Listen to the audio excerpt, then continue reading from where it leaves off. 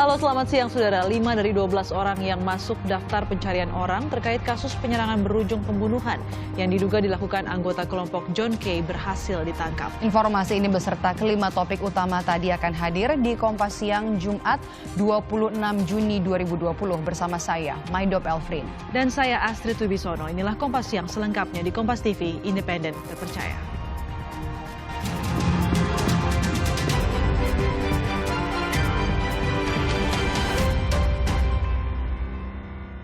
Saudara, hari ini petugas kembali menyemprot Pasar Palmerah dengan cairan disinfektan. Pasar Palmerah ditutup sejak kemarin karena ada 9 pedagang yang positif COVID-19.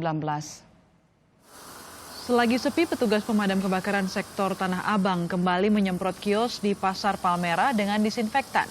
Pasar akan dibuka kembali hari Minggu dengan sejumlah protokol kesehatan ketat diberlakukan, seperti pengurangan akses pintu masuk, penggunaan masker oleh pengunjung, pengukuran suhu tubuh, dan penggunaan face shield untuk pedagang.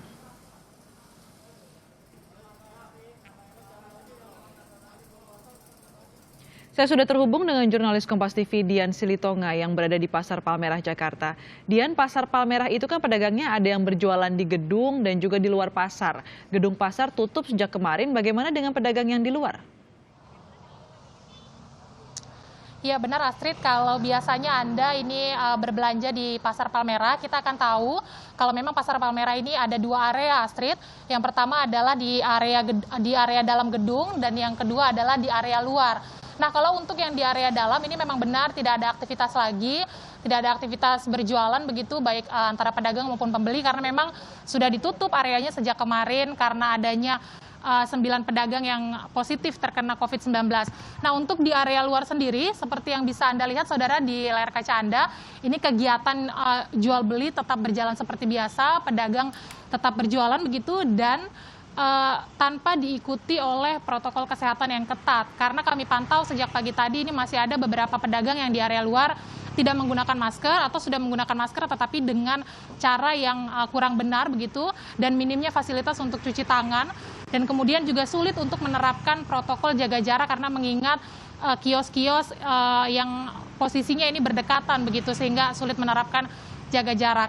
Nah, kami konfirmasi ke pihak Kelurahan Gelora apakah sudah memberikan imbauan dan tadi juga Lurah menyampaikan sebelumnya sudah ada imbauan kepada para pedagang untuk ikut tidak berjualan dulu selama penutupan area gedung dalam Palmerah tetapi diabaikan dan tadi saya juga sempat menanyakan kepada pedagang apakah tidak punya kekhawatiran karena sudah ada yang positif tetapi para pedagang juga tadi menyampaikan mereka tidak mau ikut tutup karena mereka merasa sudah menerapkan protokol kesehatan dengan baik dan mereka juga menyampaikan tidak mau tutup karena tidak ada kaitannya antara lapak di luar dengan lapak yang ada di area gedung dalam. Nah, hal yang serupa juga dikonfirmasi oleh pihak pengelola PD Pasar Jaya yang menyampaikan mereka tidak punya wewenang untuk melarang para pedagang di area luar gedung Palmerah untuk tidak berjualan begitu Astrid. Sementara seperti yang Anda sampaikan yang dapat dilakukan oleh pihak pengelola sampai dengan saat ini adalah tetap melakukan penyemprotan disinfektan di area dalam gedung yang memang sudah ada kasus positifnya begitu.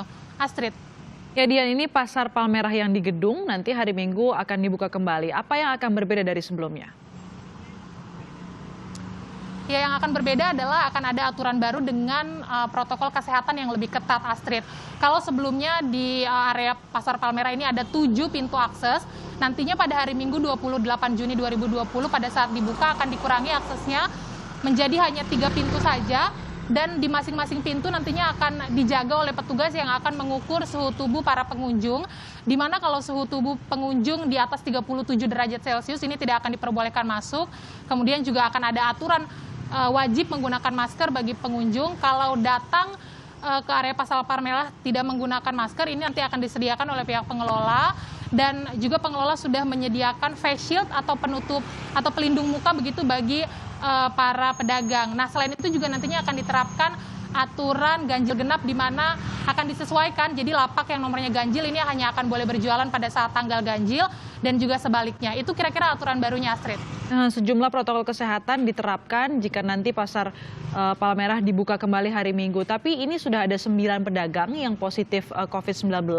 Sejauh ini bagaimana tracingnya? Karena kita tahu pasti 9 pedagang ini mempunyai atau bertemu dan kontak dengan banyak pembeli.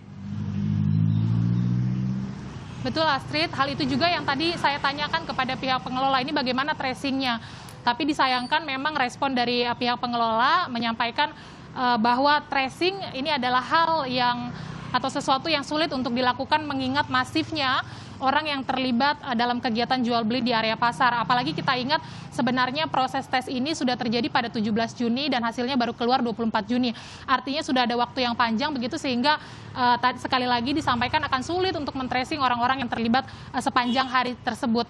Padahal Astrid kalau kita ingat sebenarnya dalam kasus-kasus positif COVID-19 ini baiknya akan di-tracing orang-orang yang sebelumnya berinteraksi dengan pasien yang sudah dinyatakan positif COVID-19, tentu untuk mempermudah semua pihak menekan angka penyebaran COVID-19 karena sebagai langkah preventif begitu. Kalau tahu siapa-siapa saja yang berinteraksi akan tahu siapa yang positif dan tentu akan ada langkah preventif untuk menekan penyebaran COVID-19. Astrid. Baik, terima kasih jurnalis Kompas TV Dian Silitonga melaporkan langsung dari Pasar Palmerah, Jakarta.